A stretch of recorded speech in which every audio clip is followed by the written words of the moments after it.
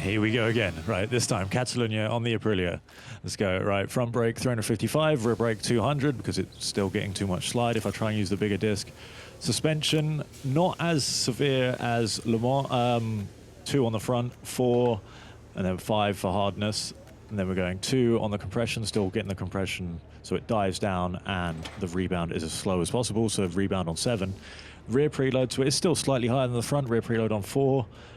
Swing arm connector 4, rear spring hardness on 3 standard, and then we're getting a same as the front, really, compression slightly lower, and then the rebound just maxed out. That's how I prefer the feeling on these games, right? Traction control on 3, engine brake 4, anti-wheelie 4, power mapping 3, nothing too special there. Transmission now, I've changed transmission quite a bit now. We've made it as short as possible because it really helps to short shift the gears in this game, I've found so far. So we've got 6 on everything until we get to 5th, and I've lowered that down to 5, and then 6th is down to 3, with the ratio brought up a little bit. Yeah, this seems to work out fine for Catalunya and like the long front straight. You almost run out of revs, it's just enough. If you're racing with the slipstream, you definitely want to make that longer. Vehicle geometry still shorter on the front with a 2, 4 for the trail, yeah, 2 on the steering plate position, and 5 for the length because that helps get the power down having that longer. And then we've just gone with softs because softs, always softs. Sweet. Okay, let's have a look at the lap. So very technical in places, a very competitive leaderboard, so that, yeah, this has been a struggle to get this lap perfect. Still not perfect, a couple of mistakes you'll see, but yeah, chilled out going into here, and then we just want a late apex so we can pick up the bike and get a good run down the straight and just smooth on the throttle. Being smooth on the throttle really seems to make a difference with the straight line speed in MotoGP 24. Now I'm looking for that green to start on the left, and that's the brake marker, braking hard.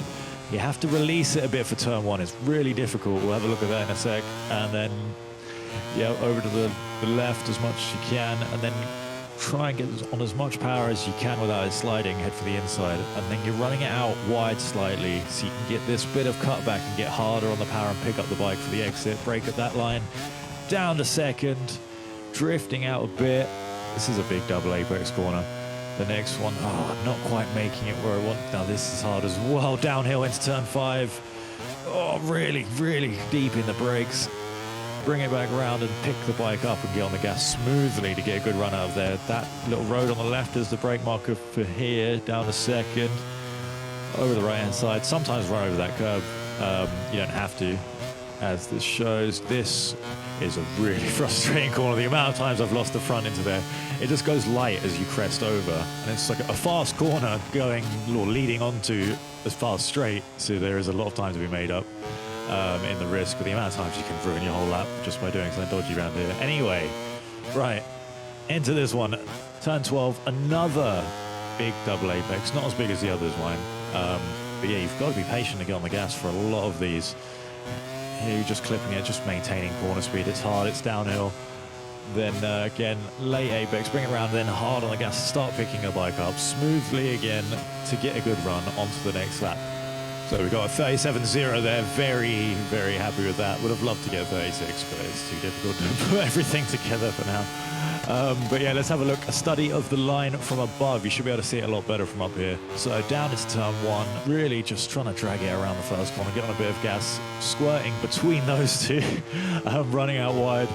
And I said, you're wide here. You're waiting for the bit of green paint. When you see the bit of green paint on the inside of the corner, then you can pick it up and get hard on the gas and give you a good run into turn 4, I mean, sorry. Then that one is a big double apex again. Hanging over, brake hard just at the slip road or just after. Really deep on the brakes there. I could have done with being a bit more to the inside, but that's something I can work on. Flat out round turn 6, then into turn 7. This is difficult, running up the hill. You touch that inside curb, you're down. Short shifting to 5th because that gets the front wheel down to try and prepare it for that horrible sort of floaty corner over the top onto the back straight. Now this is really important. As you brake hard for the hairpin, start turning left as you're braking immediately. Otherwise, the back comes up, you get into all sorts of trouble. You have to release the brake, or the bike just won't go into the corner. Now this one, big double apex again, run it out wide, waiting. Still probably a bit early to go back to the apex here because you can get harder on the gas. I hate this one as well. Downhill corner, floaty going into it. And then a late apex, turn in late. And then get hard on the gas with the ride height device and fire yourself down the straight. So have one last look from an outside sort of TV's perspective to see what we can learn. Braking hard, slightly on the curbs, leaning in. You have to release the brake a bit. That's really important. Release the brake a bit because the bike does not want to turn into the corner. So you release the brake, then you can put it back on. And then, as I said, just squirting to keep the speed up between all three until you can get into this right almost as fast as you can. Hug the inside curb, see that green bit of paint, and start picking the bike up and firing it to the outside. Then, yeah, the big double apex. Just want to hug the curb a bit more there. Move over to the middle. Don't want to use all the track on the exit because this left is immediately after. Now when you're dragging it for another lay apex, get a good little run down this short hill, flat out until you see that slip road, down a second, drag the brake in pretty hard, avoid the inside curb, short shift up to fifth, very important, as I said, then float it round, drag a bit of front brake, and get on the gas and start picking the bike up as soon as you can. As I said, lean and brake hard at the same time for this, just a little bit, otherwise, yeah, as I said, the back bounces around, it's horrible. Then you want to run it out pretty wide to get it back for that weird sort of ending of the corner where it goes a bit, sort of opens out a little bit. Double apex here, and just drag a little bit of brake into this one.